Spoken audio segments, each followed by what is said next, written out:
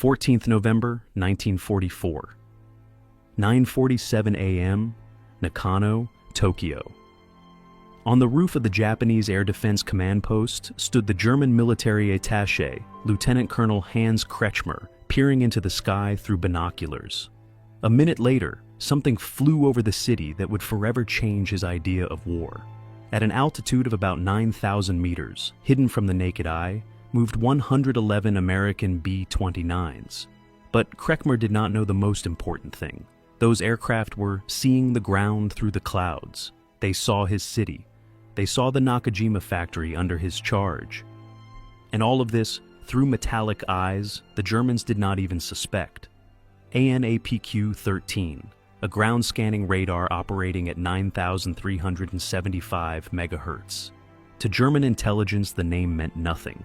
But this system turned the B-29 from a simple bomber into an all-seeing eye of combat aviation, able to strike a target the pilot could not see. 18 minutes later, the Nakajima plant ceased to exist. In his report, Kretschmer wrote, "The Americans bombed with impossible accuracy through solid clouds. Their guidance methods remain incomprehensible." He did not know that this unknown was the result of months of work on systems that allowed attacks in any weather, at night or under thick cloud. Eyes the Germans could never figure out. This is the story of a technological chasm that became a grave for thousands of German soldiers and Japanese civilians, about how the Americans created a weapon whose existence the enemy could not imagine. It is a tale of a radar that turned strategic bombing from a gamble into a precise science. 1944 was the year when B-29s systematically destroyed Japanese industry. Yet, German observers in Japan did not grasp the essence. The attacks were carried out not just by powerful aircraft, but by machines equipped with third-generation radars, technology decades ahead of what the Germans possessed. The H-2X system and its improved variant ANAPQ-13 allowed crews to see the ground with an accuracy of roughly 50 meters at ranges up to 240 kilometers. These radars could distinguish bridges, factories, railroad junctions, even under cloud. Germany, even at the end of the war, still largely relied on visual bombing and relatively primitive radio navigation aids. When the first reports of impossibly accurate American bombing reached Berlin in autumn 1944, the command waved them off. Supposedly, the Americans simply dropped more bombs. They failed to understand the main point. The Americans were dropping them more precisely, and the reason was the very technology that changed the nature of air warfare itself. The Radiation Laboratory at the Massachusetts Institute of Technology, February 1943. In a sealed room on the 5th floor, Dr. George W. Valley Jr. and a team of 47 engineers were working on a project that could change the course of the war. The codename, Mickey, the American answer to the British H-2S. The British were first to develop ground-scanning radar, H-2S, which operated at a 10-centimeter wavelength and allowed large cities to be noticed through clouds. But on an H-2S screen, London looked like one big blob. It was impossible to resolve individual targets clearly. The Americans saw this weakness and decided to increase resolution. Valley and his team shortened the wavelength to 3 centimeters. The new radar, named H-2X, delivered 3 times the resolution. Now, individual buildings, bridges, even large ships and ports became visible on the screen. The first trials were flown over Boston in March 1943. A B-24 Liberator, fitted with H-2X, climbed to 7,000 meters. Through dense clouds, the radar operator could clearly see the shoreline, the Charles River, and even individual bridges. Bombing accuracy in such conditions reached about 150 meters from 6 kilometers altitude, a result unattainable for visual bombing in bad weather. But the Americans did not stop there. For the B-29, a very long-range bomber with different demands, an even more advanced radar was needed. This is how the ANAPQ-13 appeared, a system that soon became one of the most secret weapons of World War II. ANAPQ-13 operated at 9,375 megahertz, plus or minus 45 megahertz. The system used a superheterodyne receiver and could detect targets at distances up to 240 kilometers. Resolution in optimal conditions was around 50 meters, meaning an operator could distinguish a building the size of a small factory on the screen. The radar was housed in a retractable fairing between the B-29's bomb bays. In early variants, the fairing partially retracted to reduce aerodynamic drag. The entire system weighed roughly 1,200 kilograms, including an antenna about 75 centimeters in diameter. A key component was the trajectory computer, an analog computer that factored in aircraft speed, altitude, wind, and its direction. The device automatically calculated the bomb release point, accounting for fall time and wind drift. The Germans had nothing comparable, neither in concept nor in implementation. The first combat B-29 with AN/APQ-13 took off on 28 August 1944. A month later, this type made its first combat mission over Java. The results stunned the developers. From about 8,500 meters altitude, through thick clouds, they managed to hit a plant measuring 200 by 300 meters. The error was only 75 meters, and the most terrifying thing for the adversaries, the system was constantly being improved. By November 1944, upgraded versions of AN/APQ-13 were installed on roughly 200 B-29s. Each radar-equipped aircraft could strike with sniper-like precision, even when the pilot could not see the ground. The morning of 24 November 1944 forever changed the Japanese perception of aerial warfare. 111 B-29s of the 21st Bomber Command took off from airfields on Saipan. Their target, the Nakajima Aircraft Factory in Tokyo, the heart of Japan's aviation industry. The weather was terrible. Over Tokyo lay solid cloud cover at about 3,000 meters, with visibility virtually zero. Under normal circumstances, such a mission would have been canceled. But these B-29s carried a technology that rendered weather irrelevant. The formation leader, B-29 serial number 42-24664, under the command of Major Robert Morgan, approached the target at 9:15 at 9,100 meters altitude. Inside the aircraft, Sergeant James Connolly sat at the green screen of the AN/APQ-13. Through the metallic eye of the radar, he could see what the human eye could not. On the screen, the outlines of Tokyo Bay were distinct, the dark stripe of the Sumida River, the rectangular grids of city blocks, and right in the center, the characteristic rectangle of the Nakajima factory complex. The target was identified at 40 kilometers away. Despite solid clouds, Connolly began target tracking. The analog computer of the AN/APQ-13 automatically factored in the plane's speed, 440 kilometers per hour, altitude, 9,100 meters, and the northwest wind of 85 kilometers per hour at target level, calculating the bomb release point. In such conditions, German bombers would have been virtually blind. At 9:24, the system gave the release signal. From this altitude, tons of M64 general-purpose bombs, 2 tons from each plane, plunged into the clouds. The other B-29s dropped their loads by following the leader. In total, 277 tons of explosives fell on the plant. The result shocked even American command. Aerial reconnaissance the next day showed 74% of the factory buildings destroyed or heavily damaged. Accuracy was 92%, a figure unthinkable for visual bombing from that altitude and in such weather. Japanese reports described the attack as impossible in accuracy. German military attaché Lieutenant Colonel Kretschmer reported to Berlin, "The Americans demonstrate the ability for pinpoint bombing through solid cloud. The methods of aiming are unknown. Possibly new radio navigation devices are being used." Berlin requested technical details, but Kretschmer could not provide them. He saw the effects, not the causes. No German intelligence officer suspected that the Americans had already built a radar that could see the ground with exceptional precision. A repeat attack on 6 December 1944 confirmed the first strike was no accident. 100 B-29s again bombed through clouds from 8,800 meters, again with accuracy that seemed like magic, and again with results the Germans could not explain. In the Luftwaffe headquarters in Berlin, disputes erupted.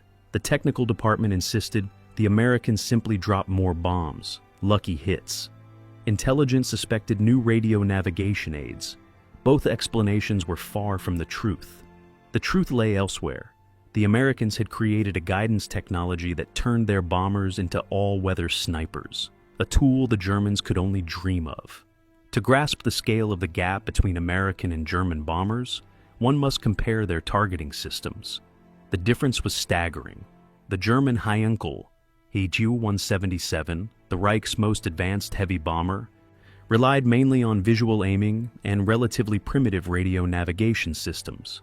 The Knickebein system allowed flight along a radio beam to the target, but its accuracy was measured in kilometers, not meters. The X-Jarret was more precise, but operated only at limited ranges and was easily jammed by the British. At best, German crews could hit a city-scale area. Striking a specific building from 5,000 meters was a matter of luck. Bombing through clouds with any guaranteed accuracy was practically impossible. The B-29 with AN/APQ-13 existed in another technological world. The radar operated at 9,375 MHz in the X-band, which provided the best resolution available in 1944. The 75-centimeter antenna scanned a 180-degree sector and refreshed the image roughly every 4 seconds. The display used the plan position indicator, PPI, principle, a circular screen where distance from the center represented range and angle showed azimuth. An experienced operator could distinguish riverbanks, rail lines, large buildings, bridges, even individual ships in harbor. The key advantage of AN/APQ-13 was its integration with the trajectory computer. This analog computer, developed by Bell Laboratories, factored in aircraft speed and altitude, wind speed and direction, bomb type, atmospheric pressure, and automatically computed the release moment.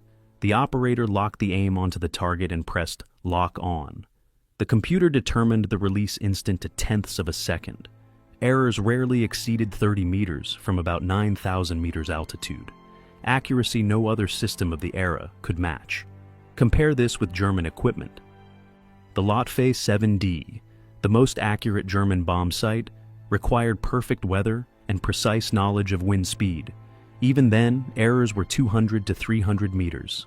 In cloudy weather, the sight was nearly useless. German radio navigation systems worked on long and medium waves, which made them vulnerable to jamming and atmospheric interference. Their maximum effective range was about 400 kilometers. Navigation accuracy was crude and bombing precision poor, but the greatest gap appeared in production and logistics. By the end of 1944, the Americans had installed AN/APQ-13 on about 347 B-29s.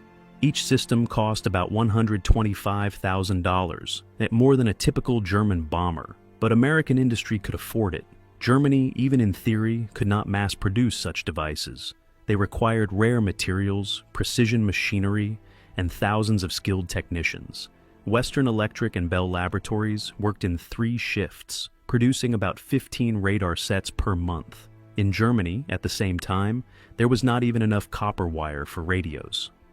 Telefunken and Siemens plants producing navigation equipment operated at about 40% capacity due to shortages and Allied bombing. The result was predictable. American B-29s destroyed Japanese factories surgically, striking specific workshops while leaving nearby residential districts relatively untouched. If German bombers had been forced to operate in the same conditions, they would likely have scattered bombs over tens of square kilometers, hoping to hit something important by chance. The technological chasm was not just wide, it was insurmountable. On the morning of 27 January 1945, Luftwaffe Captain Werner Straube was in his Messerschmitt Bf-110 G4 at about 7,200 meters above Tokyo Bay. His task, reconnaissance and observation of American bomber formations. What he saw that day forever changed his understanding of aerial warfare. On the horizon appeared the silhouettes of 73 B-29s. They flew at 8,500 meters, beyond the effective reach of most Japanese fighters. Beneath them stretched dense cloud cover about 2,000 meters thick. The ground was completely invisible. Straube expected a turn back to base. To bomb blind meant wasting ordnance. Yet the B-29s continued westward, straight toward the Kawasaki Industrial District. By the logic of air combat, The mission should have been canceled, but the Americans did not deviate. At 10:47, the first group began bombing. Through binoculars, Straube saw bomb loads emerge from the bellies of the aircraft and vanish into the clouds. Visibility? 0. Crews could not see their targets, yet dropped with the confidence of men watching spotlights illuminate the ground. In 18 minutes, the strike was over.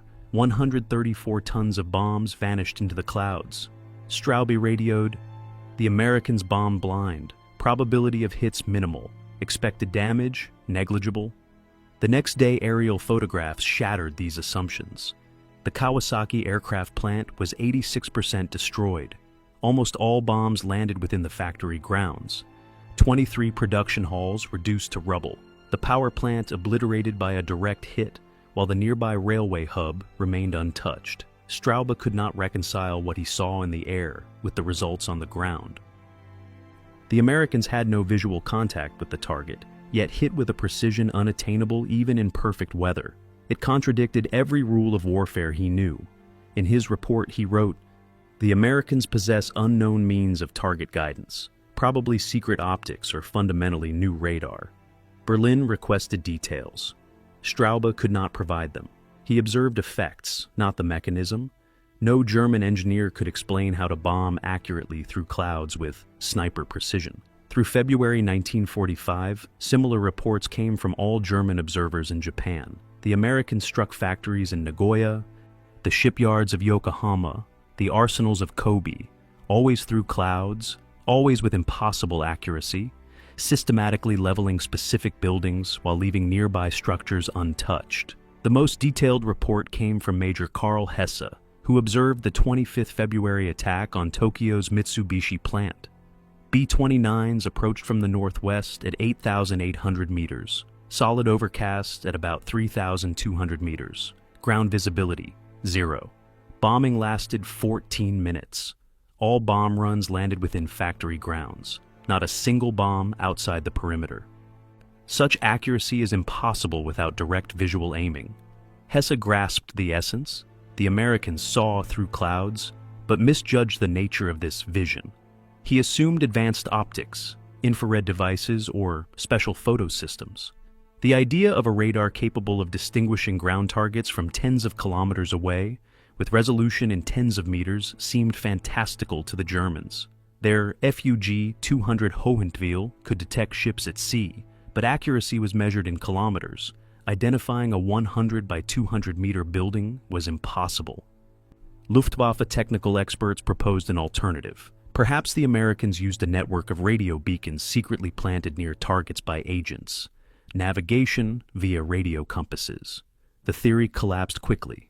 The Japanese searched and found no beacons, and the first strikes on newly selected targets disproved any chance of prior marking. By March 1945, the German command reluctantly admitted the obvious. The Americans had a revolutionary targeting technology, the nature of which remained unknown. Time was running out.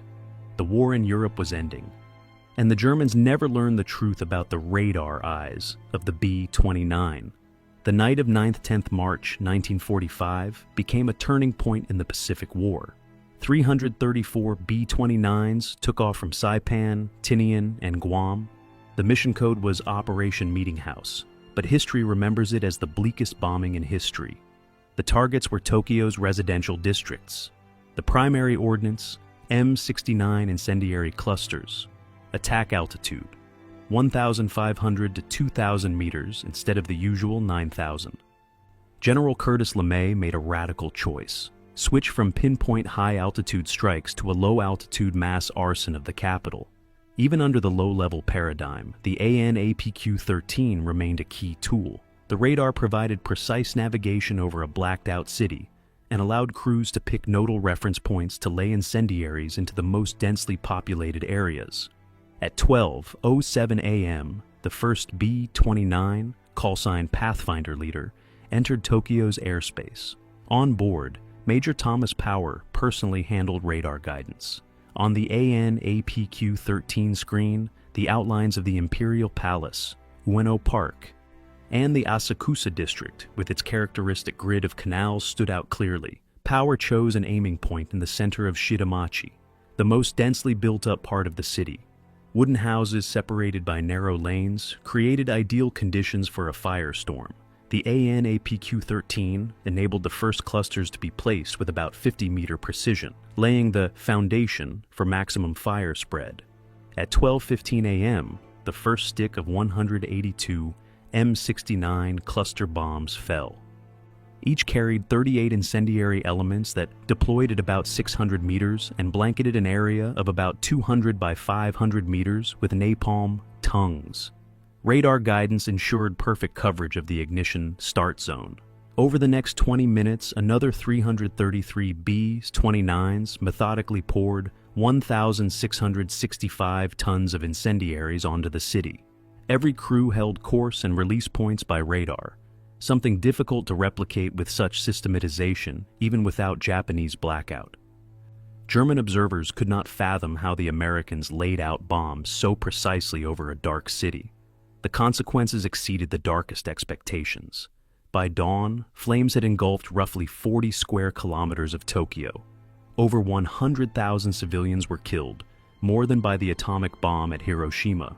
An entire district of the metropolis, home to over 1 million people, vanished from the map.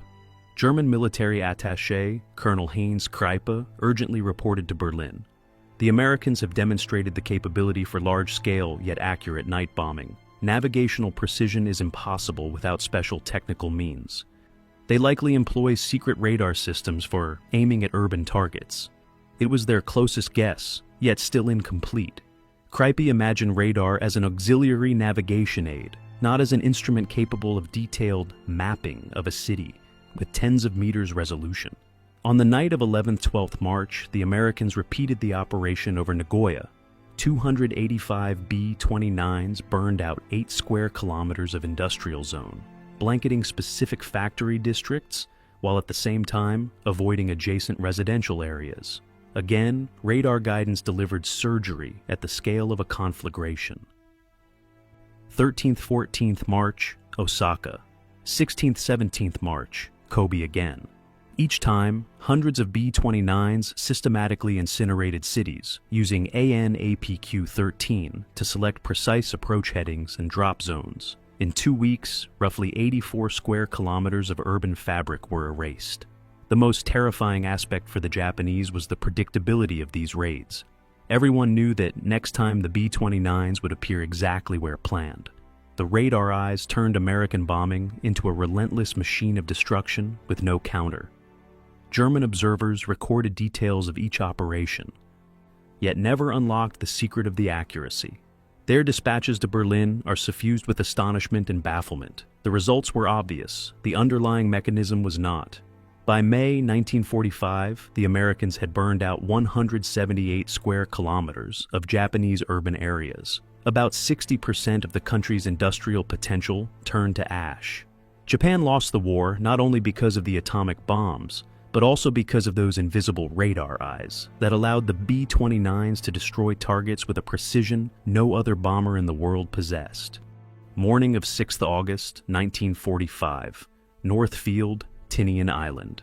B-29 serial number 44-86292, Enola Gay was preparing for the mission that would change history.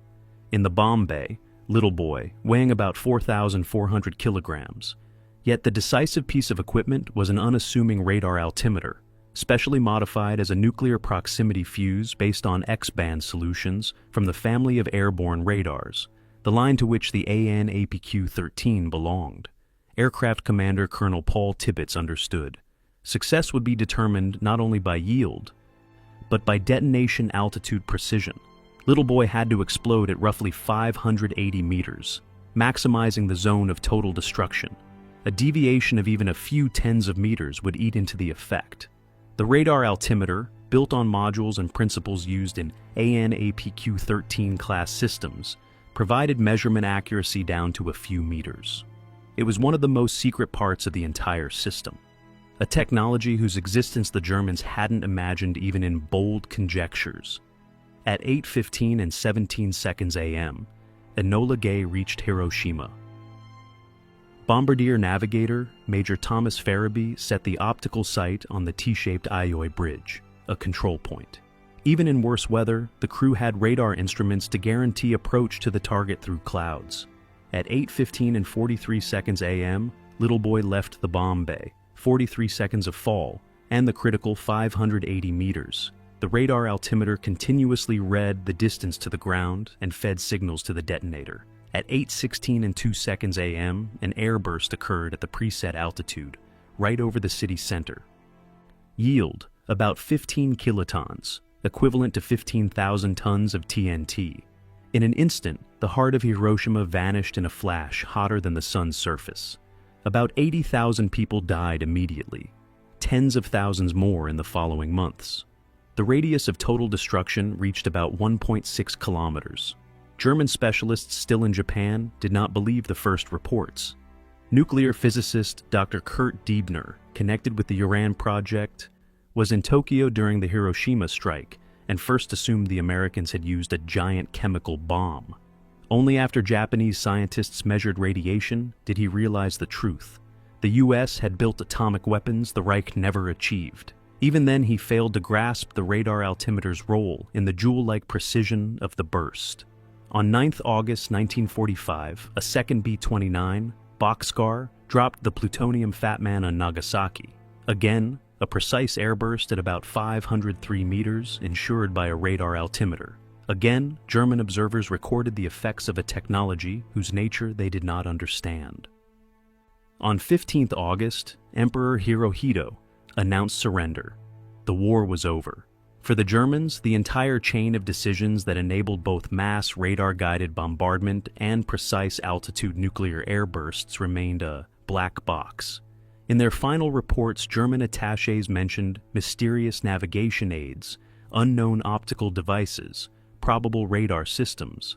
They saw the effect, but not the mechanism.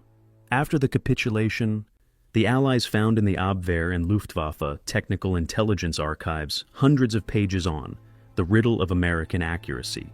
Theories ranged from agent-planted beacons to new optics, but none hit the essence. For them, the AN/APQ-13 and its kin remained an invisible enemy, a technology that saw through clouds, rain, and night, striking targets with a precision the Reich could not conceive.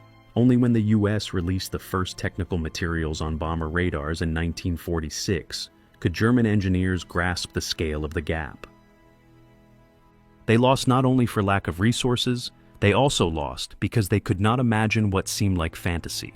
Western Electric Company, Buffalo, New York, March 1944.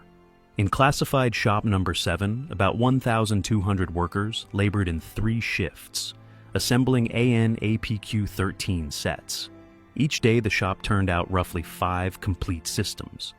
Complex electronics capable of changing the course of the war. One radar meant 847 vacuum tubes, 1,200 capacitors, 3,400 resistors, 67 meters of special coaxial cable, and about 12 kilograms of rare metals. The antenna alone cost $8,000, more than a skilled fitter's annual wage. Germany could not have set up such production even in theory. Telefunken's Berlin plants ran on outdated 1930s machinery. Shortages of rare metals, constant raids, and a lack of personnel made mass output of sophisticated radio electronics unattainable. For scale, the Fuga 220 Liechtenstein, the Luftwaffe's most advanced night radar, cost about 12,000 Reichsmarks and consumed about 200 hours of highly skilled labor. Monthly output barely reached about 50 sets. By contrast, the AN/APQ-13 converted would run to the equivalent of about 180,000 Reichsmarks, yet the Americans steadily delivered about 150 systems per month. The secret of productivity lay not only in resources, but in manufacturing methods. At Bell Laboratories, they built a precision component pipeline years ahead of European standards. The AN/APQ-13 antenna was pressure cast from AT&T's proprietary aluminum alloy, machining precision, 0.05 millimeters, an unthinkable standard for wartime German machine building. Waveguides were formed from copper tubing of a special Anaconda copper alloy and silver plated internally by electroplating with exceptionally pure layers. Comparable capability in the Reich existed only in experimental labs. The toughest bottleneck? Vacuum tubes. General Electric launched a conveyor of miniature tubes with about 0.02 millimeter tungsten filaments, each undergoing up to 47 quality control stages. In Germany in 1944, tube output fell by roughly 60% due to tungsten and molybdenum shortages. Telefunken was forced to substitute rare metals, degrading performance. The trajectory computer for the AN/APQ-13 contained about 340 mechanical and electronic subassemblies with tolerances down to 0.01 millimeters. The analog computer accounted for over 15 variables: speed, altitude, wind, warhead type, pressure, and produced a solution in about 0.3 seconds. A German equivalent would have required an entire room and a budget on the scale of a small ship. By the end of 1944, American plants had delivered about 634 AN/APQ-13 sets. The program's total cost reached $127 million, more than the Reich's entire pre-war budget for radar research. The investment paid off many times over. One system enabled a B-29 to disable targets worth millions with accuracy unattainable by traditional methods. The Nagoya plant, destroyed on 19 January 1945 by radar-guided bombing, had cost the Japanese about 40 million yen and 5 years to build.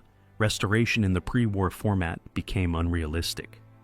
Abwehr attempts to decrypt the production secret failed. From the wreckage of a B-29 downed in November 1944, they recovered electronic modules but could not determine the purpose of the units. The technology level exceeded their school. The most closely guarded part remained the software of the analog calculator. Bell Labs embedded algorithms that accounted for Earth's curvature, pressure gradients with altitude, and even the Coriolis effect. For German ballistics labs, these calculations remained prohibitively complex. By May 1945, the American production machine had turned out about 847 AN/APQ-13 sets and about 2,341 other bomber radars. Each system turned fantasy into routine and delivered that magical accuracy the Germans recorded in their reports. The industrial might of the United States converted advanced ideas into mass-action armament and sealed a technological gap the Reich could not bridge. Abwehrstelle, Japan, Tokyo, April 1945. Oberst Rudolf Gesse, head of the mission's technical intelligence, sat at a desk buried under photos, reports, and diagrams. Before him lay the sum of 8 months of meticulous study of American bombardments. The picture was at once obvious and unfathomable. The facts were undisputed. The Americans were systematically destroying Japanese targets with a precision unattainable by visual bombing. They were hitting specific buildings through solid overcast. They worked at night with daytime effectiveness. Deviations rarely exceeded 100 meters from the target center. Gesse had detailed German observer reports, before and after aerial photos, testimony from Japanese eyewitnesses, even equipment fragments from downed B-29s. And yet, an explanation slipped through the fingers of the Reich's best analysts. The first theory, advanced optics, collapsed immediately. The Americans struck with equal accuracy by day and by night, in clear weather and through cloud decks up to 2,000 meters thick. No optical device sees through such a curtain. The second theory, a network of radio beacons, also failed. Japanese teams searched for signals in strike zones. Zero results. Moreover, the Americans often blanketed brand new targets on the first attempt, where pre-placing beacons was unrealistic. The third theory, on-the-ground agent queuing, fell after analysis of secrecy procedures. Target lists were classified and closed, even to parts of the Japanese command. A leak looked unlikely. The fourth theory, fundamentally new navigation instruments, came closest but stalled in the details. Gesse imagined ultra-precise radio compasses or automatic course-keeping systems. He could not conceive of a radar that reads ground features with metric precision. The closest to the truth came Luftwaffe Captain Werner Straube, who personally witnessed several strikes. In his 15 March 1945 report he wrote, The Americans possess technical means of seeing the ground, regardless of weather. They likely employ new type radar systems for terrain mapping. Yet, even Straube did not grasp the real capabilities of the AN/APQ-13. German FUG-200 and FUG-240 could detect large ships out to about 50 kilometers, but their resolution was measured in kilometers. The idea of distinguishing 50 by 100-meter buildings seemed fantastical. The problem was not a lack of data, but the limits of technical imagination. The Germans extrapolated from their own centimeter-decimeter scales. Their radars worked mostly at 50 to 150 centimeters.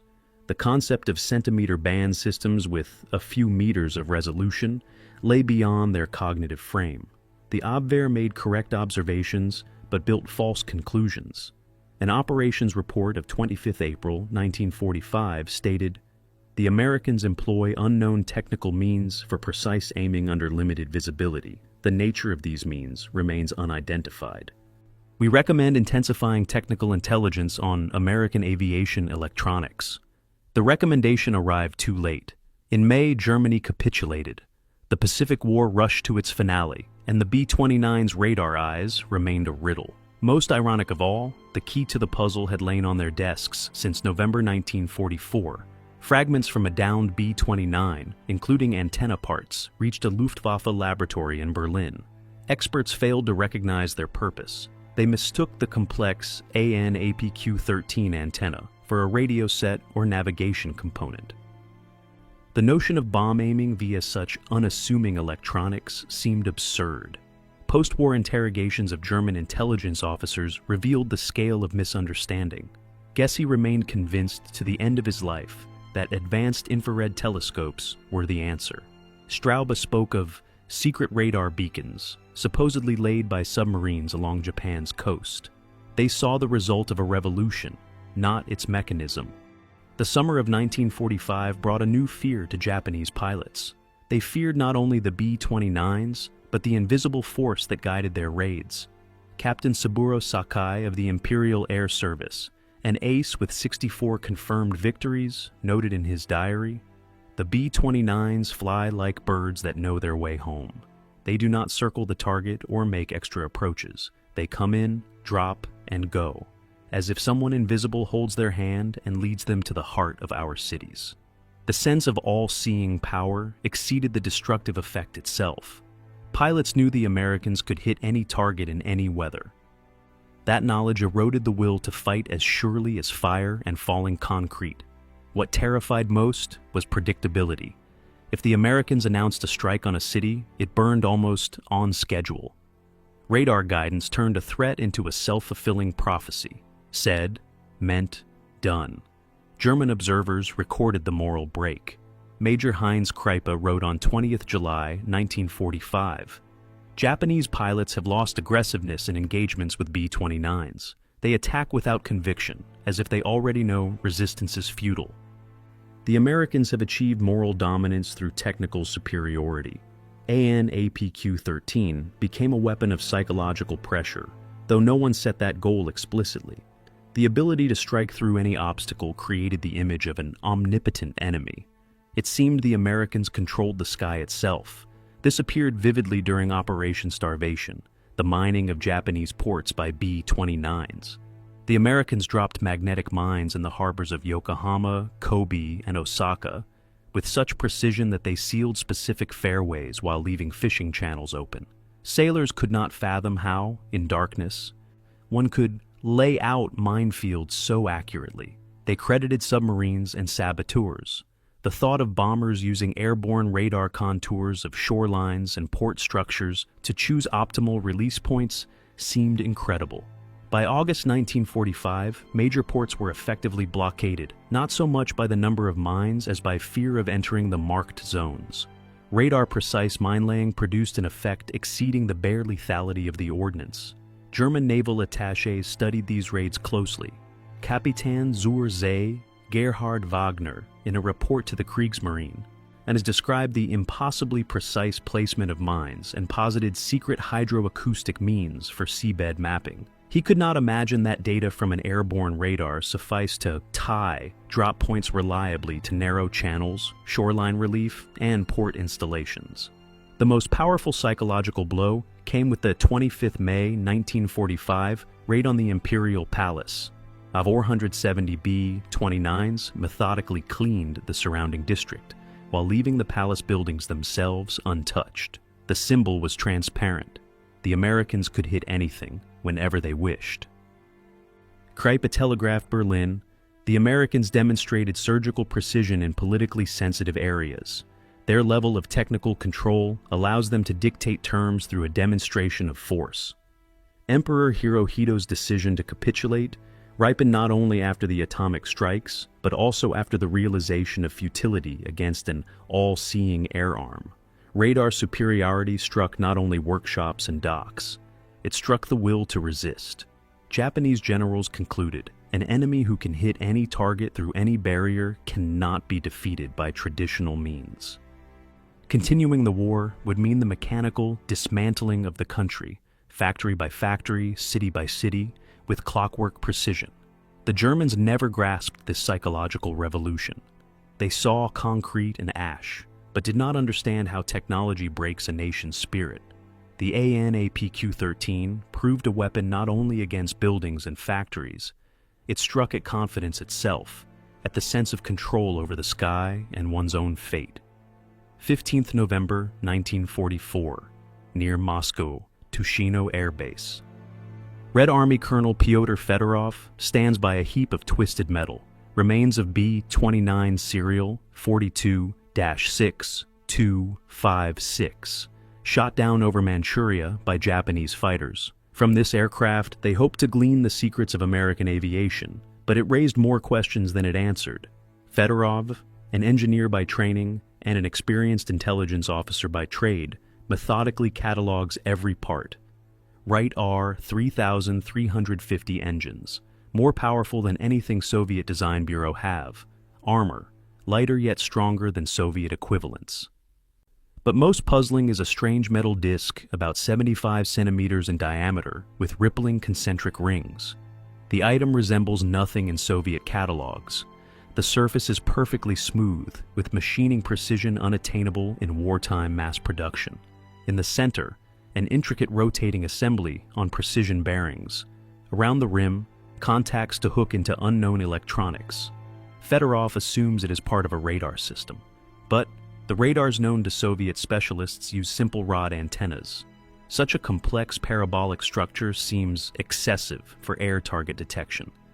The object's purpose remains a mystery. A technical commission led by academician Axel Berg, one of the USSR's leading radar experts, conducts a detailed analysis. The conclusion is staggering. The Americans employed radar at frequencies Soviet industry could not yet generate stably or in series. Samples of unfamiliar vacuum tubes point to materials and processes unavailable in the USSR. Miniature capacitors with an unknown dielectric, resistors with 0.1% tolerance, coaxial cables with signal loss several times lower than Soviet counterparts. Most striking is the scale of complexity. Over 3,000 components in a single radar complex. By comparison, the most complicated Soviet radar contains about 500 subassemblies.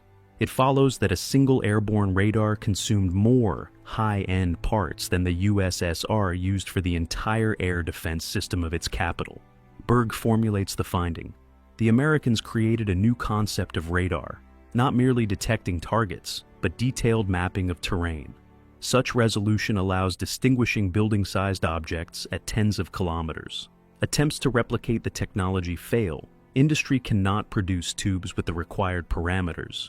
Shortages of rare metals block mass manufacture of precision antennas. Even the theoretical grasp of the principles will demand years of research. Meanwhile, similar wreckage reaches Germany. On 23 December 1944, fragments of a downed B-29 are delivered to the Luftwaffe laboratory at Rechlin.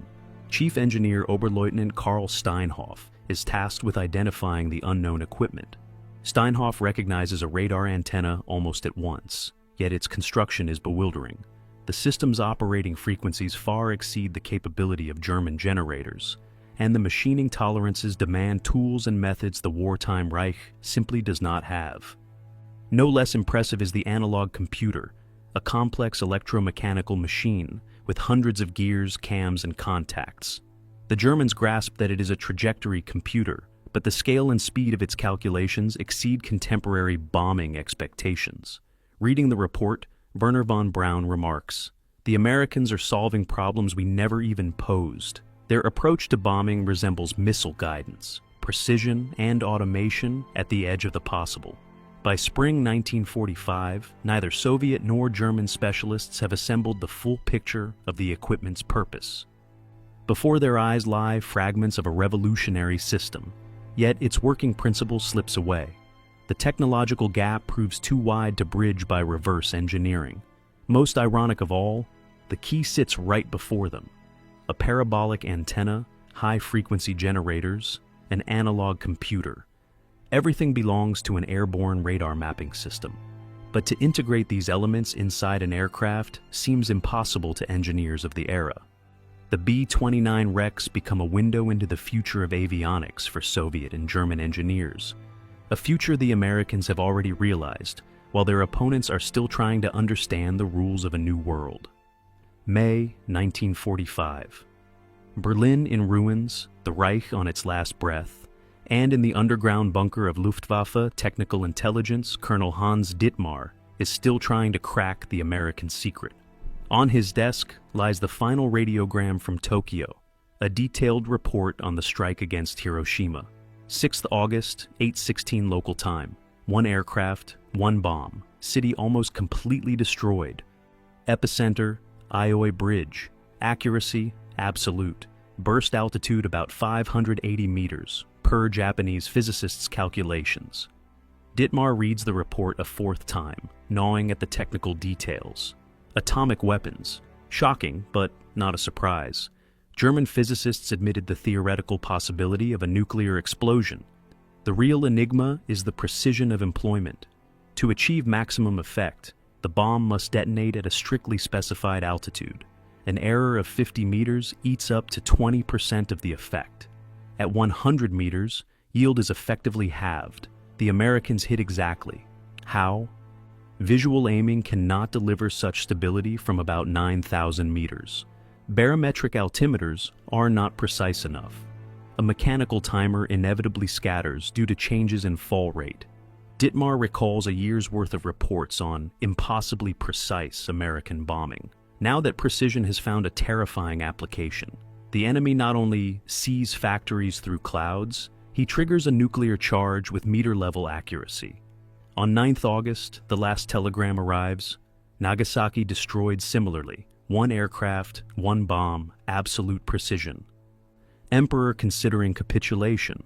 Dittmar understands the war is lost not only to resources, but to a technological chasm the Germans did not even perceive.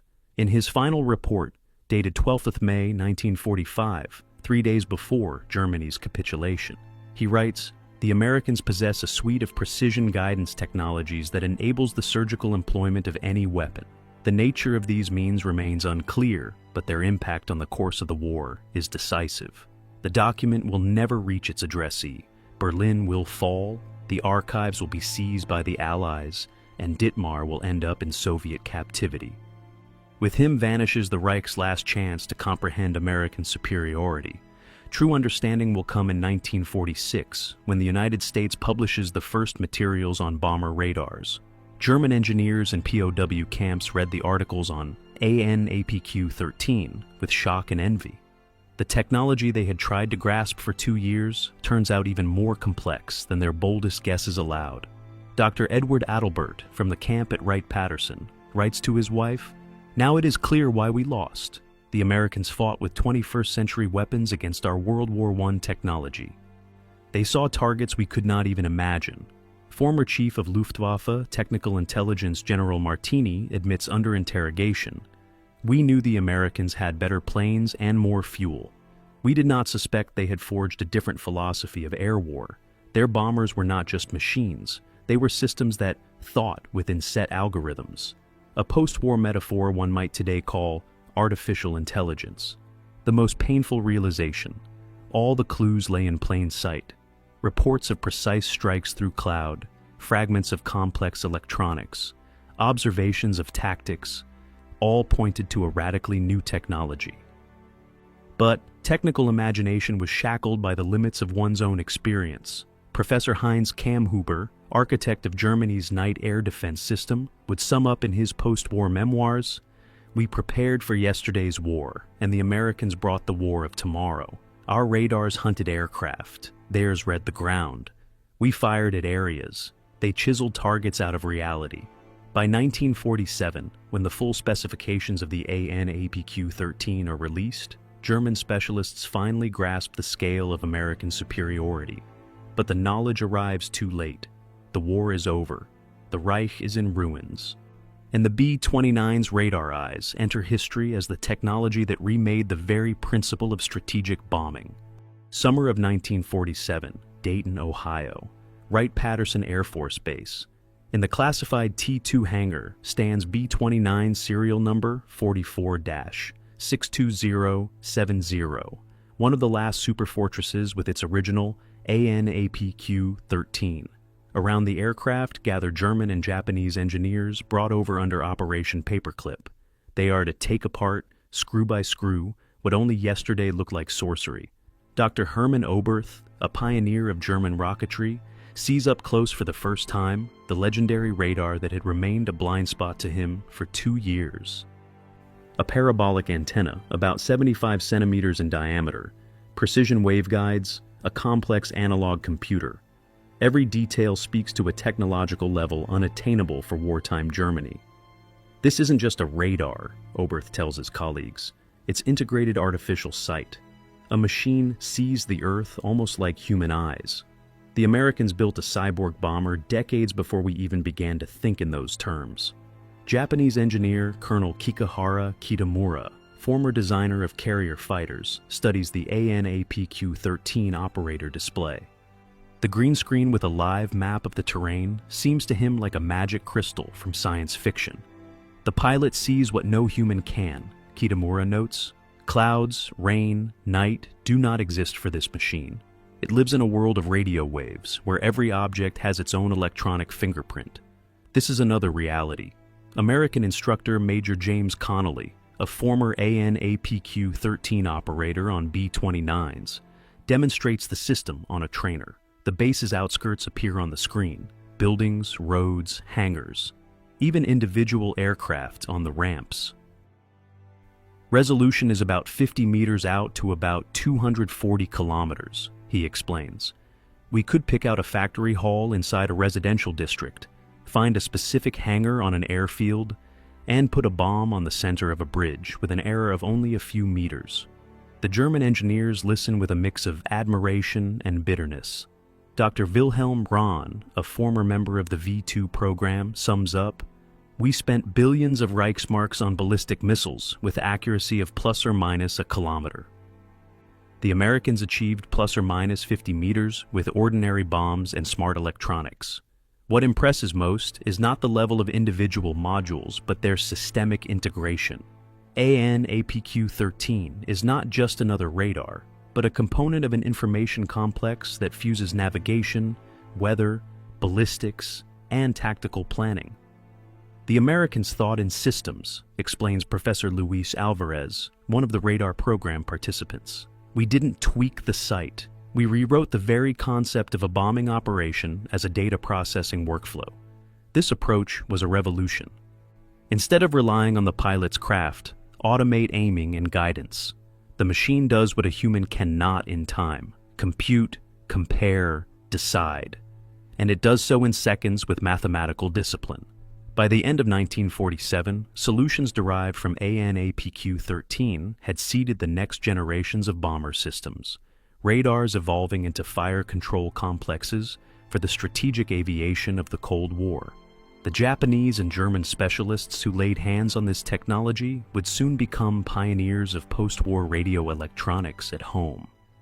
The knowledge from Wright-Patterson would undergird Japan's 1960s economic miracle and Germany's recovery. But AN/APQ-13's chief legacy is a new philosophy of war.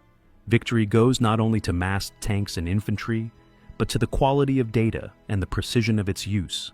The concept of smart war is born, a conflict where technology decides the fate of nations. AN/APQ-13 is the first swallow of the information revolution in warfare. The B-29's radar eyes looked not only at Japanese cities, they looked into a future where machines see, think, and act faster than humans. The Germans did not learn this truth in the heat of war. When the scale of the American leap became obvious, the world had already changed. The era of precision strikes began over Japan in 1944, when the radar eyes opened in the bellies of American superfortresses. 1950. The Korean War. Silhouettes of B-29s reappear over the icy ridges of North Korea. This time they face Soviet MiG-15 fighters, flown by pilots who have studied American tactics the hard way. Colonel Ivan Kozhedub, the USSR's top-scoring World War II ace, commands fighter aviation and prepares to meet the radar eyes that once terrorized Japanese cities. Kozhedub remembers the 1945 briefs on impossibly precise strikes. Now, he knows what lay behind that precision and builds tactics around others' mistakes. Disrupt the raid before the run-in to the target. On 29 October 1951, a squadron of 21 B-29s heads for bridges over the Yalu River. At about 9,000 meters through clouds, AN/APQ-13 already sees the objectives about 40 kilometers out. But this time, the Americans are not the only masters of the sky. 36 MiG-15s attack at the edge of their altitude envelope. Soviet pilots know the defensive fire's dead zones, attack angles, and structural weak points. Experience gleaned from wreckage 5 years earlier finally cashes out in combat. 4 B-29s are shot down that day, 7 more damaged.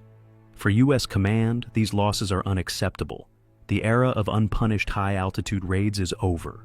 The advantage that seemed absolute in 1945 meets a new reality, yet AN/APQ-13's real legacy is not a particular piece of hardware, but the paradigm of precision strike. The U.S. doubles down on smart munitions, systems that autonomously find and hit targets with minimal collateral damage. In the 1960s, this idea yields laser and radar-guided bombs. In the 1970s, cruise missiles with terrain contour and terrain correlation guidance. In the 1990s, GPS-aided precision weapons. Each generation extends the line first drawn by the B-29's radar eyes. Dr. Luis Alvarez would write in his 1968 memoirs, "We weren't building just a better sight. We were laying the groundwork for an era in which machines see, analyze, and act more precisely than people." AN/APQ-13 was the first step toward intelligent weaponry. Soviet designers who studied American solutions after the war applied those lessons to their own guidance systems. Pavel Sukhoi and Andrei Tupolev integrated ground mapping radars into the next generations of bombers. What matters most is the shift in thinking. Armies learn that victory depends on sensors, computation, and the speed of data processing. Quantity yields to quality. Area destruction gives way to surgical precision. Japan, which suffered most from the B-29's radar eyes, becomes a pioneer of civilian radar applications. Mitsubishi, Toshiba, and Fujitsu convert military experience into air traffic control, weather radar, and maritime navigation. By the 1970s, the country grows into a world leader in radio electronics. Ironically, the nation that lost for lack of defenses against radar becomes a premier producer of radars. Germany chooses a different vector, divided and devastated. It channels its potential into peaceful high technology.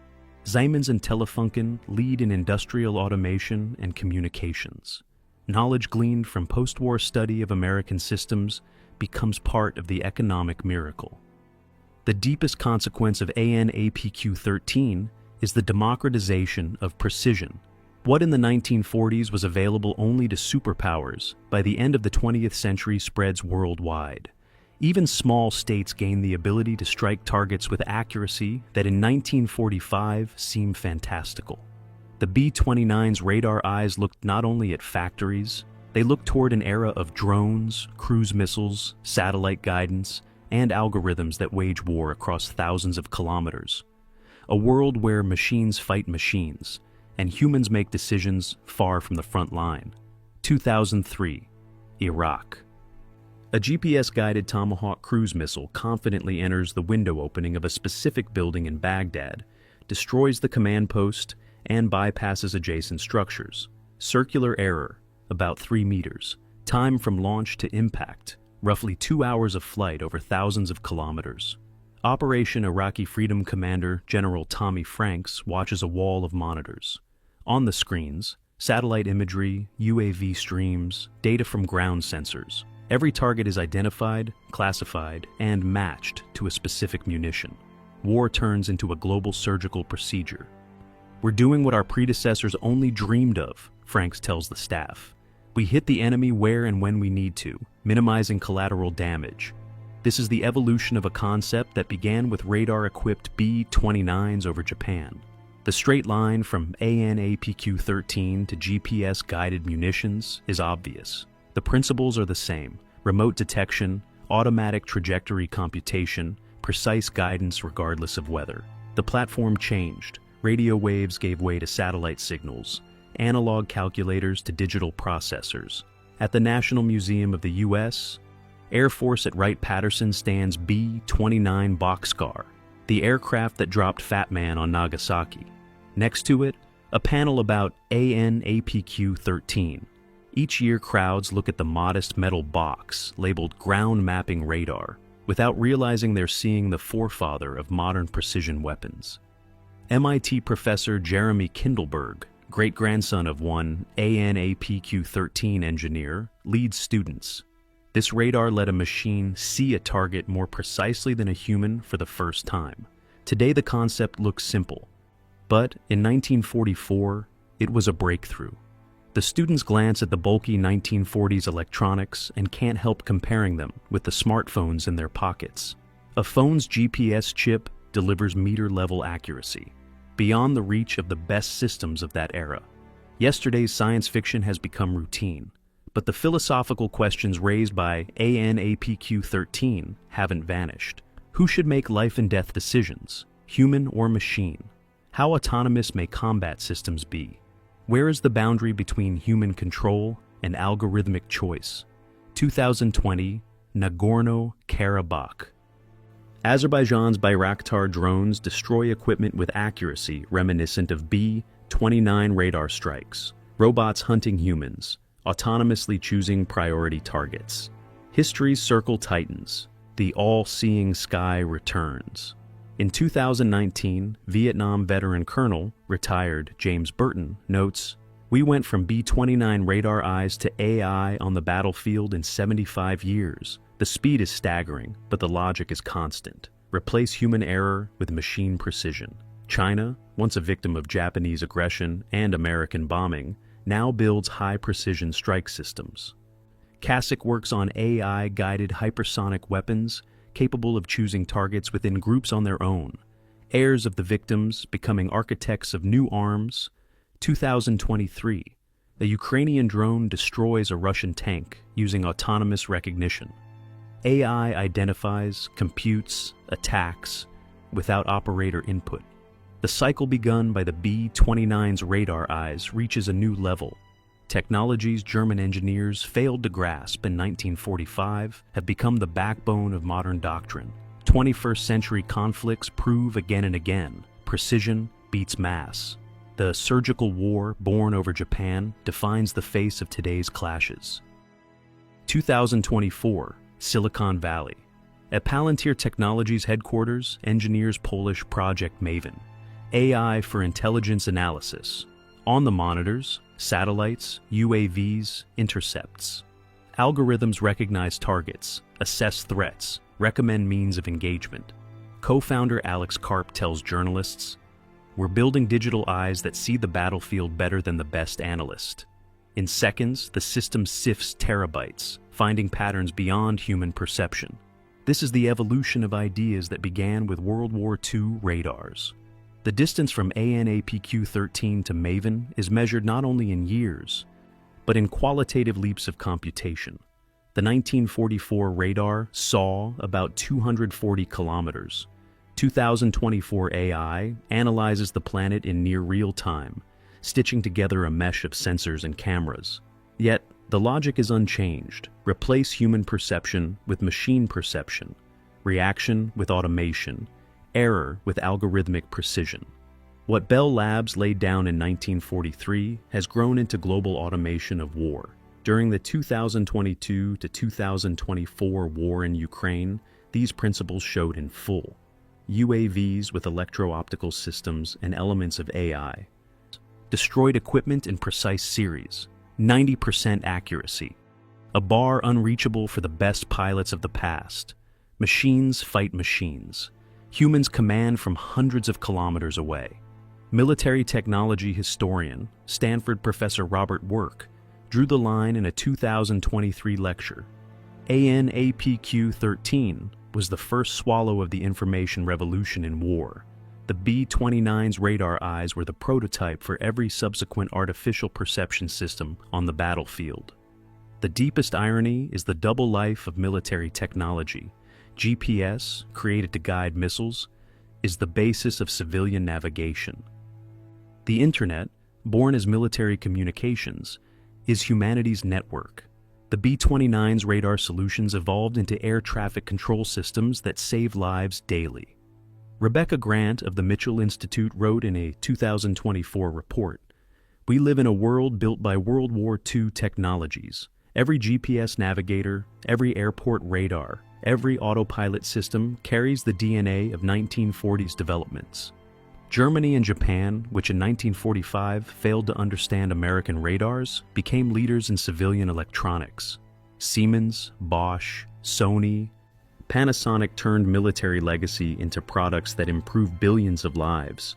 In 2024, Mercedes-Benz vehicles use radar suites for autopilot, direct descendants of military systems, obstacle detection with centimeter accuracy at hundreds of meters.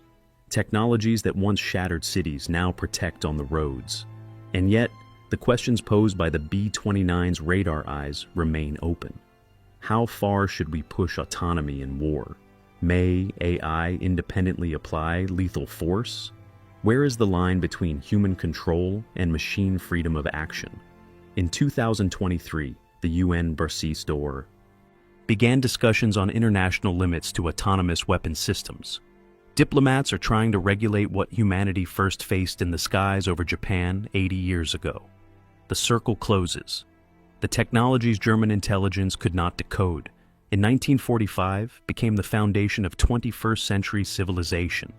The B-29's radar eyes look at us from smartphones, cars, security systems, medical devices, unseen companions of our digital age. The legacy of ANAPQ-13 is not only victories, it is a new way of thinking, the belief that machines can see, analyze, and act better than people. A belief that remade the world and continues to shape the future. Oberstleutnant Hans Kreckmer died in 1987 in a Munich retirement home, never knowing what he had truly seen in the skies over Tokyo in November 1944. Until his last days, he believed the Americans had used secret optical instruments that allowed bombing through clouds with impossible precision. His grandson, Michael Kretschmer, today an engineer at BMW, designs radar systems for autonomous cars. What his grandfather could not fathom in wartime has become routine in civilian life. History has closed the circle with almost theatrical neatness. In the Bundesarchiv in Freiburg lie the final reports of German military attachés from Japan. Hundreds of pages documenting American raids, precise descriptions of effects, detailed tactical analyses, dozens of hypotheses about targeting, all accurate, except for the key conclusion. German intelligence saw the forest but did not recognize the trees. They correctly described the phenomenon of accurate strikes but failed to grasp the technological core. Their thinking was bound by their own experience, and the Reich's experience did not include radars with meter-level resolution. This is the classic case of informational blindness, when data is sufficient, but conceptual frames prevent assembling the picture. The Germans looked at the future with the eyes of the past, and saw only what fit familiar schemes of possibility. ANAPQ-13 became a symbol of a technological leap that cannot be bridged by small steps. Between German radars with kilometer-scale resolution and American systems with meter accuracy lay a decade-wide gulf of development. The Germans were not just behind. They existed in another technical dimension. But the main lesson is not about hardware, but about concept. The Germans could not imagine that a bomber was not just a bomb carrier, but an information platform, collecting environmental data and making decisions with mathematical discipline. The Americans turned the B-29 into a system where sensors, computation, and tactics fused into one process. This revolution in ideas preceded its full realization by decades. The seed of smart weapons, planted at MIT's Rad Lab in 1943, matured only in the age of artificial intelligence and satellite networks. The B-29's radar eyes were the first step toward the automated battlefield. Today, when drones fight over Ukraine, when AI analyzes satellite constellations, when machines make targeting decisions on their own, the foresight of 1940s American engineers looks obvious. They were not merely building more accurate weapons, they were laying down a new way of war. Germany's defeat was not just about resources or staff errors. It was the consequence of an inability to imagine the future the Americans were already making real. The radar eyes of the B-29 looked through clouds not only at Japanese factories, they looked through time at 21st century conflicts. The story of the ANAPQ-13 is a tale of the power of technical imagination, of the ability to see possibility where others see limits, of how a few dozen engineers in a lab can change history by creating something that seems impossible to their contemporaries. When Sergeant James Connolly in November 1944 peered into the green glow of the radar screen over Tokyo, he was not only seeing a factory 40 kilometers away, he was glimpsing the outlines of the future, a world where machines become the eyes and brain of the fighter, where data outweighs armor thickness and algorithms outweigh gunnery experience. The Germans did not grasp this in the midst of war, but truth has a habit of surfacing. Today, when radars are commonplace, when AI drives cars and reads medical scans, the legacy of ANAPQ-13 is literally all around us. The radar eyes the Germans failed to see now look at us from smartphones, satellites, security systems. They have become the invisible sentinels of digital civilization. The future that seemed fantastical in 1944 has become our reality. And therein lies the deepest lesson. The future comes sooner than we are ready. It comes as technologies that seem incredible, as ideas that defy convention, as people who dare to dream beyond the familiar. The radar eyes of the B-29 remain forever the symbol of this truth. The greatest victories are won not by force, but by mind. Not by quantity, but by quality. Not by inherited experience, but by the courage to create the new. June 12, 1944, the second day after the Normandy landings.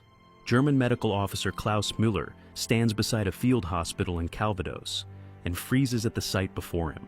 Above the battlefield circles an American C-47 transport plane, but instead of dropping paratroopers or supplies, stretchers with wounded men are being lifted out of its hatches, living wounded. The same soldiers who only yesterday lay in trenches under artillery fire, and today are already flying across the channel to hospitals in England.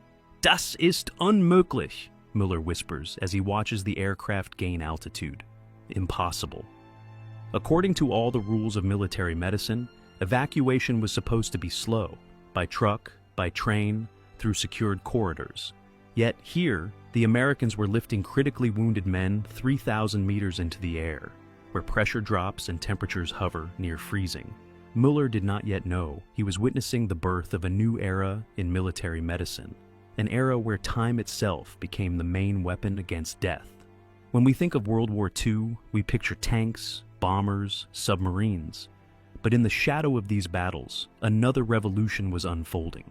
Quiet, unseen, yet life-saving. It saved hundreds of thousands of lives and changed forever how quickly help could reach the wounded.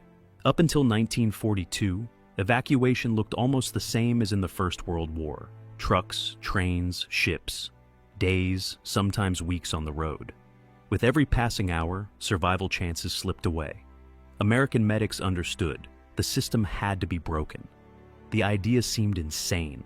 to lift the wounded into the sky, transport them by aircraft for hundreds of kilometers, and within hours, instead of days, deliver them to real hospitals.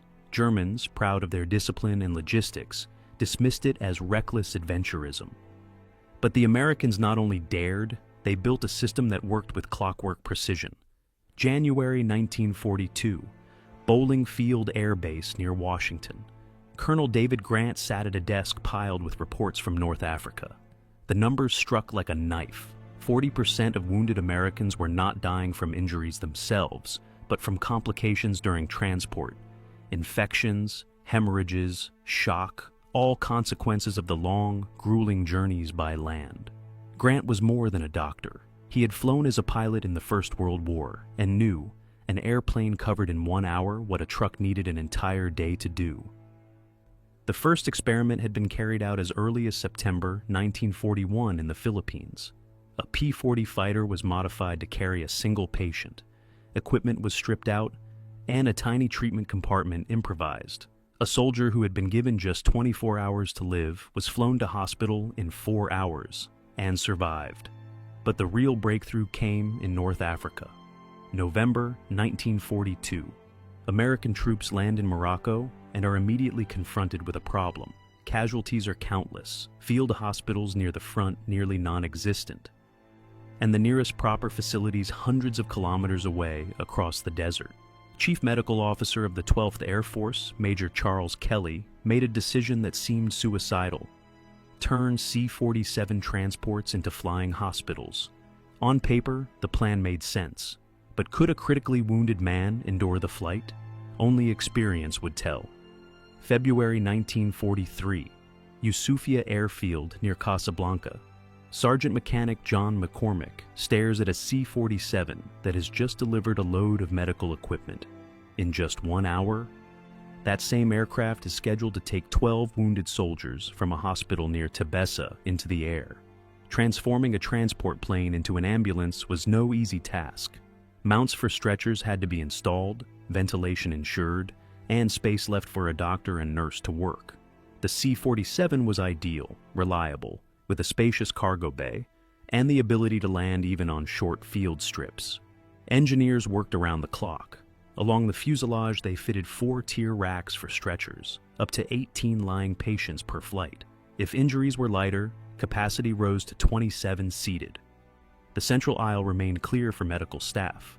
The first official mission took place on February 7, 1943. Captain William Cozeney lifted off from Yusufia, reaching Tebessa in just 2 hours. What had once taken 3 days over land was now reduced to hours. Of the 12 soldiers evacuated, 11 made a full recovery. The true test came in March, during the battles in Tunisia. Rommel's Afrika Korps struck at Kasserine Pass. In a single day, the Americans lost 2,400 men. Field hospitals overflowed, while the nearest full facilities lay in Algiers, 400 kilometers away. In that crisis, aviation proved its worth. In just 3 days, aircraft of the 807th Medical Air Evacuation Squadron made 47 flights and carried 658 wounded. By comparison, ground transport would have needed 2 weeks for the same task. April 1943, Army Group Africa Headquarters in Tunisia. Colonel General Hans-Jürgen von Arnim studies reports on American medical aviation flights. His adjutant, Major Werner Schmidt, reads hesitantly, "Herr General, in the past month, our observers have confirmed more than 180 evacuation flights." Arnim shakes his head. In the Wehrmacht, they trusted hospital trains and ambulances. Those were proven and reliable. The idea of transporting the severely wounded in the sky seemed like a reckless gamble. "It's nothing but propaganda," Arnim cut him off. "They're moving the lightly wounded to boost morale." He was wrong.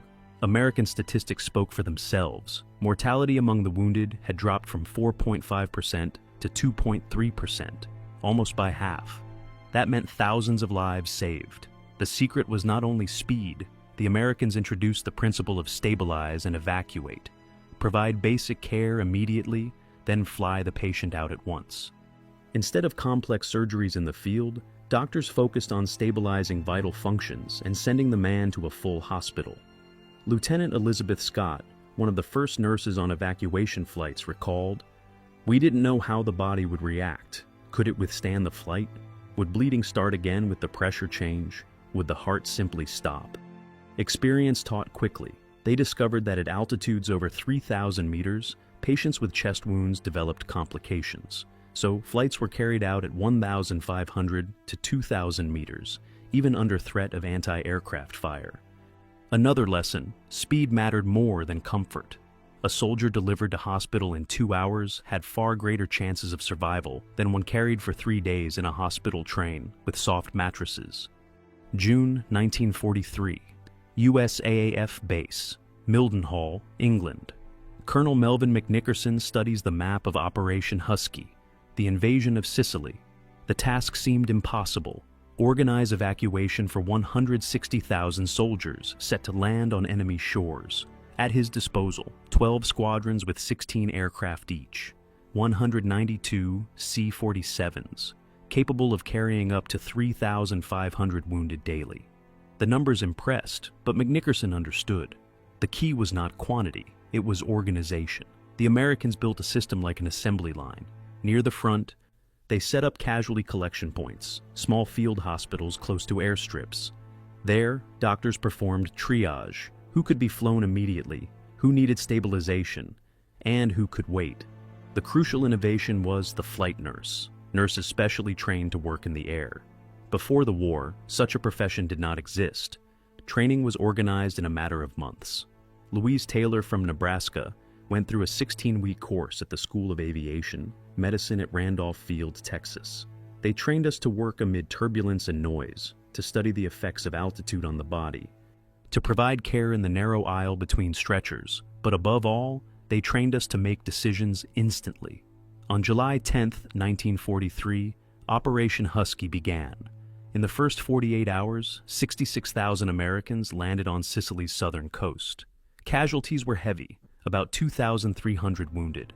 That is when the system roared into full operation. Planes with Red Crosses took off every 20 minutes. Routes led to Tunis, Algiers, Italy, and the most critical cases even to England. German intelligence reported a non-stop stream of American aircraft over the Mediterranean. General Alfred Kesselring noted in his diary, "The Americans have turned their wounded into the fastest branch of their army." August 1943, Catania Air Base, Sicily. Technical Sergeant Robert Henderson inspects the equipment of a C-47 before the next evacuation flight. In the past 2 months, he has seen everything, from light wounds to cases requiring constant monitoring in the air. American engineers faced questions that had simply never existed before: how to reliably power medical equipment on board, how to minimize infection risk in a confined cabin, how to deliver emergency care amid vibration, noise, and limited space. Solutions came step by step, through experiments and small but vital adjustments. C-47s were fitted with auxiliary generators for oxygen units and electrical devices. Special containers for storing plasma were introduced, a breakthrough in treating shock at the time. Dr. Charles Drew, an African-American surgeon and pioneer of blood preservation, personally advised military medics on plasma use during flights. Plasma doesn't require the same cooling as whole blood. For aviation, it's ideal.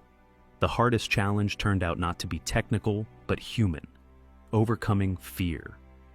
Many wounded panicked when told they would be evacuated by air.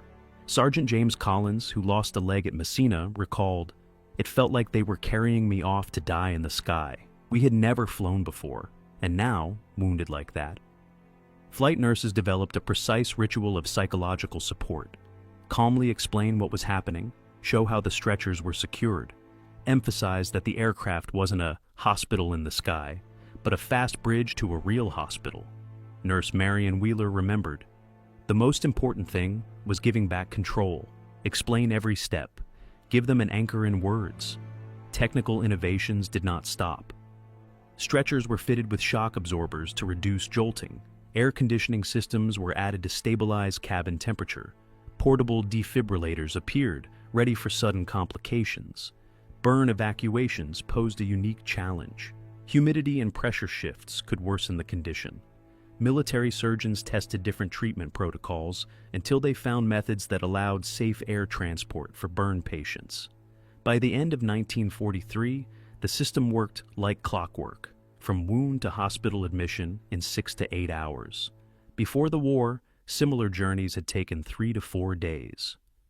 The difference was not measured in hours, it was measured in lives. September 1943, headquarters of the German 10th Army, Salerno, Oberarzt, senior doctor, Fritz Wellenstein, studies documents captured near Naples. They describe the American air evacuation system. The numbers seem unbelievable. According to these reports, Herr Generaloberst, in the past 2 months, the Americans have evacuated more than 15,000 wounded by air. Mortality, no higher than 1.2% of those transported, he reports to Heinrich von Wiedinghoff.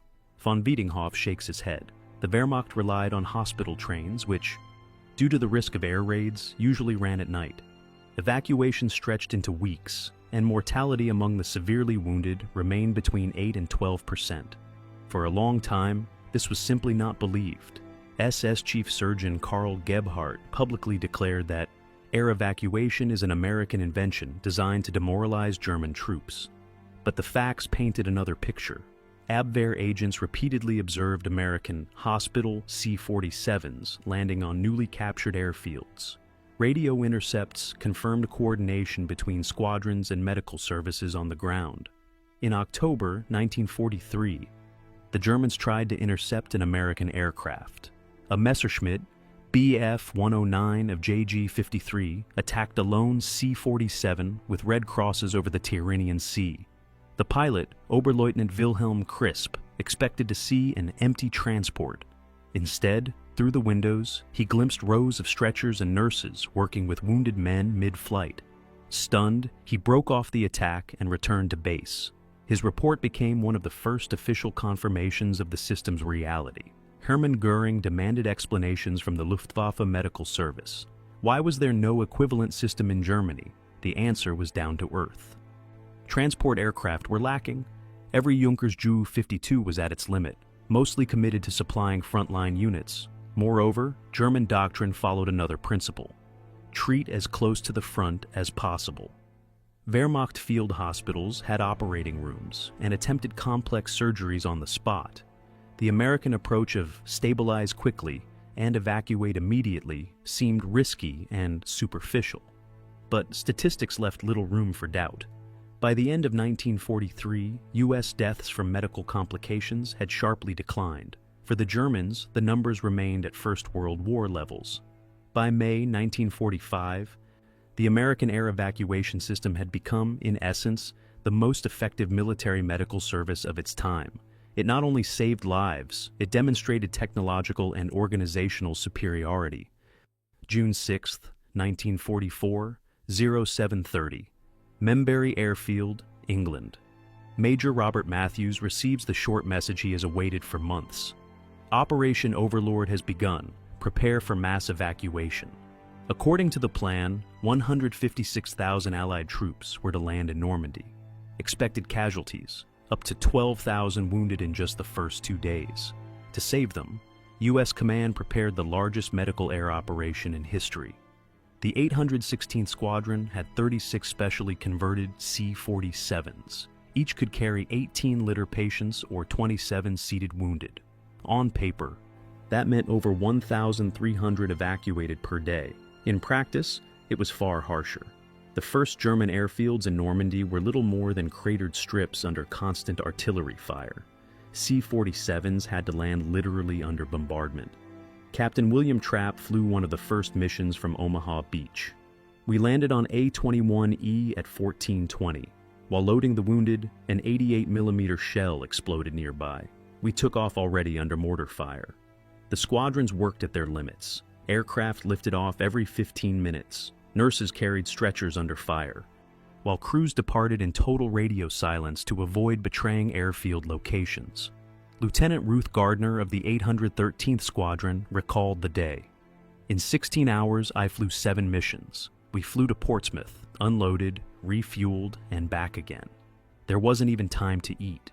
German command was shocked at the scale.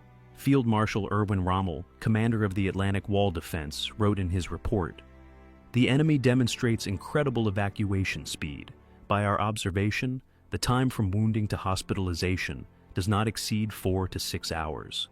In the first 3 days of Overlord, American squadrons evacuated 4,247 wounded. Mortality among them was only 0.8%, an unprecedentedly low figure for battles of such scale. The secret lay in systematization. On the beachheads, collection points with minimal equipment operated. Triage took minutes. The most critical were sent straight onto planes, lighter cases prepared for later flights. Even during the German counterattack near Villers-Bocage on June 12th, flights continued. That day, another 287 wounded were evacuated, with only one C-47 lost to a direct hit from anti-aircraft fire. May 8th, 1945. Prague, headquarters of Army Group Center, now surrendering. Colonel General Lothar Rendulic signs the final documents of capitulation. Among the folders on his desk lies a report from the chief medical officer about American air evacuation. The document had been commissioned back in March. "By our calculations," wrote Oberstabsarzt Gerhard Weber, "the Americans have evacuated more than 1 million wounded by air. Their medical system is 8 to 10 times more effective than ours." Rendulic set the report aside and looked out the window. Above Prague, American C-47s circled. Even after the capitulation, they continued to take away the wounded, now German soldiers and civilians. Recognition came late, but it was frank. In their memoirs, many Wehrmacht generals acknowledged U.S. air evacuation as one of the factors of Germany's defeat. Field Marshal Albert Kesselring admitted, "The Americans turned medical care into a weapon. Their soldiers fought with greater confidence, knowing that if wounded, they would be quickly evacuated. Ours had no such assurance." Hans Guderian, in Panzerleader, wrote, "We underestimated the importance of medical logistics. The Americans understood a simple arithmetic. A saved soldier can fight again. A dead one cannot. And this arithmetic decided the war's outcome." The Germans were particularly struck by the technical details. Oberingenieur Kurt Tank, designer of the Focke-Wulf, after the war carefully studied the C-47. They thought through every detail: stretcher mounts, ventilation, lighting, placement of equipment. "We never had such a systematic approach." The most painful realization was that Germany had the technical means. The Junkers Ju-52 was comparable to the C-47, and German doctors were highly skilled. But resources and strategic vision were lacking. Luftwaffe General Adolf Galland recalled, "We wasted aircraft supplying encircled garrisons. The Americans used theirs to save lives. The difference in priorities proved fatal. The psychological effect was just as important."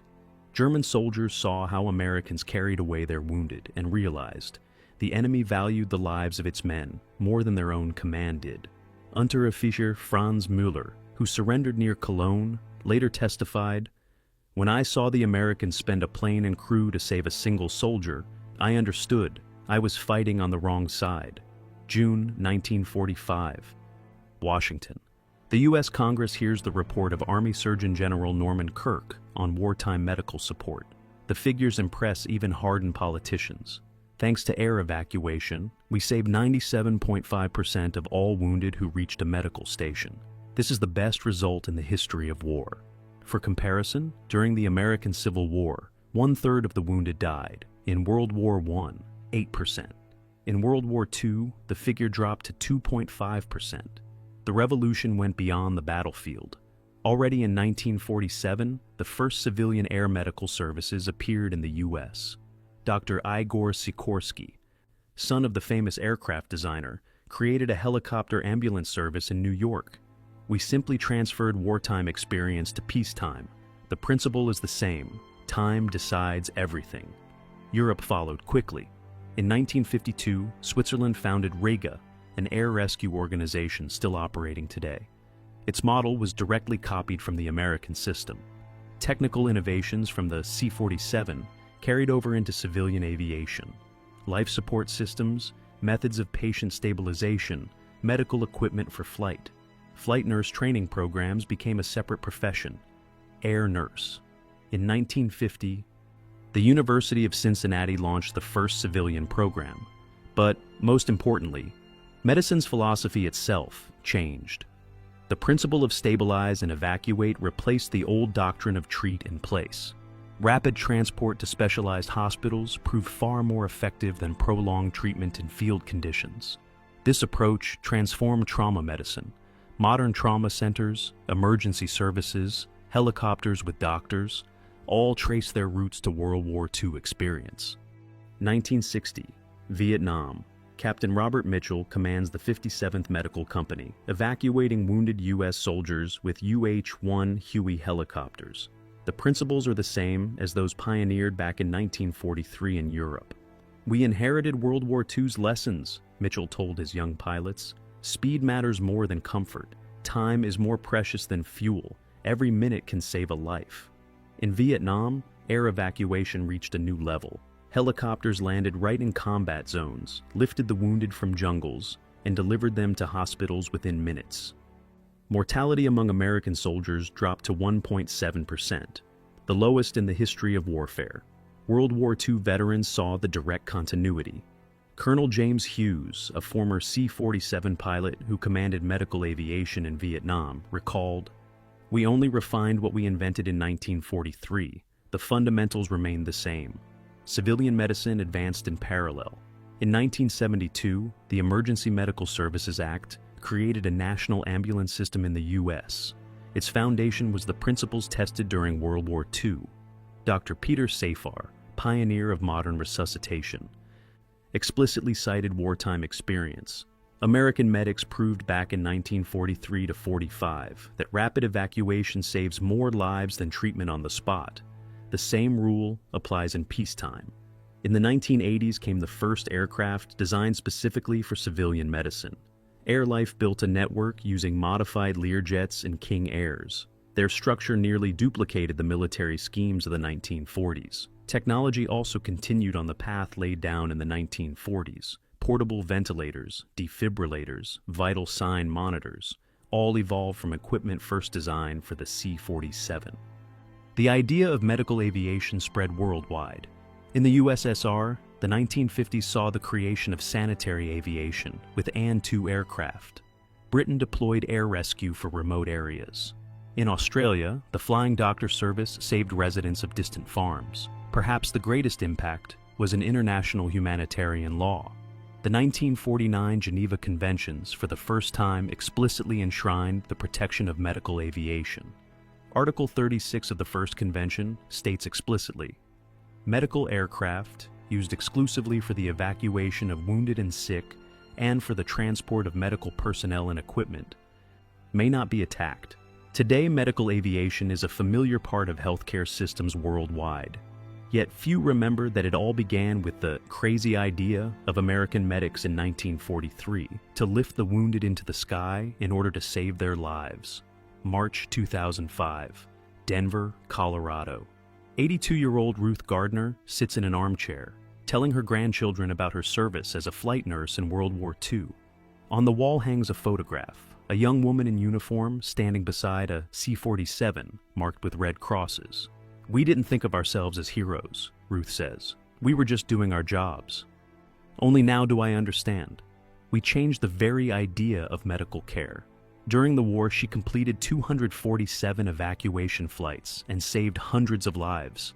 After the war, she worked in civilian aviation, passing on her experience to new generations. In Florida lives 89-year-old William Trapp, a former pilot. He still remembers every flight. The scariest moments weren't in battle. The scariest moments were when you were flying with the wounded, knowing their lives depended entirely on your skill.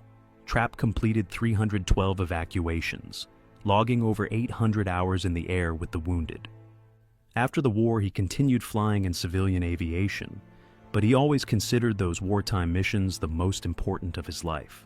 Dr. Charles Kelly, who first converted a C-47 into a medical transport in North Africa, later became a professor at Johns Hopkins. He wrote textbooks on military medicine, but what he was proudest of was simple. His system had saved 1 million lives.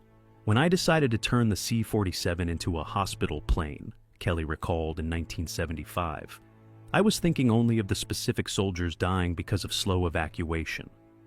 I never imagined the consequences would be so vast. Veterans often reunited with those they had once saved. In 1995, on the 50th anniversary of victory, pilots of the 807th Squadron gathered in Washington together with soldiers they had evacuated. James Collins, whose leg had been amputated in Tunisia in 1943, embraced Nurse Elizabeth Scott, who had flown with him on that mission. For 52 years, I wanted to thank you. You didn't just save my life, you saved my future. There were hundreds of such stories. The saved soldiers became doctors, teachers, engineers, fathers. Their children and grandchildren lived because someone once decided to lift the wounded into the sky.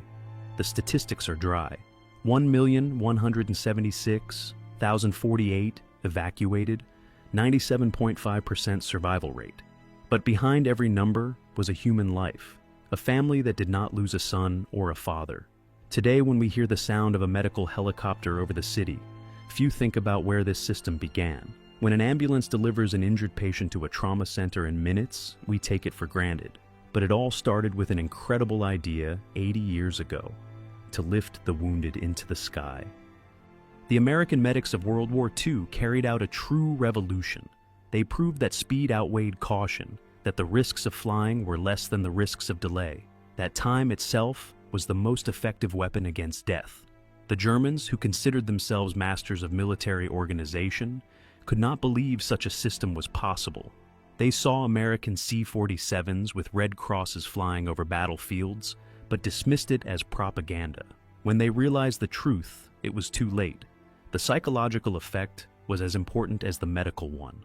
American soldiers fought with greater confidence, knowing that if wounded, they would be rescued quickly. German soldiers had no such certainty. That difference in morale became one of the factors in Allied victory. After the war, the principles of air evacuation spread across the globe. Today, they form the backbone of modern emergency medicine. Millions of people live because of ideas first tested in the skies over Europe. Technology has changed the vehicles, but the principles remain the same.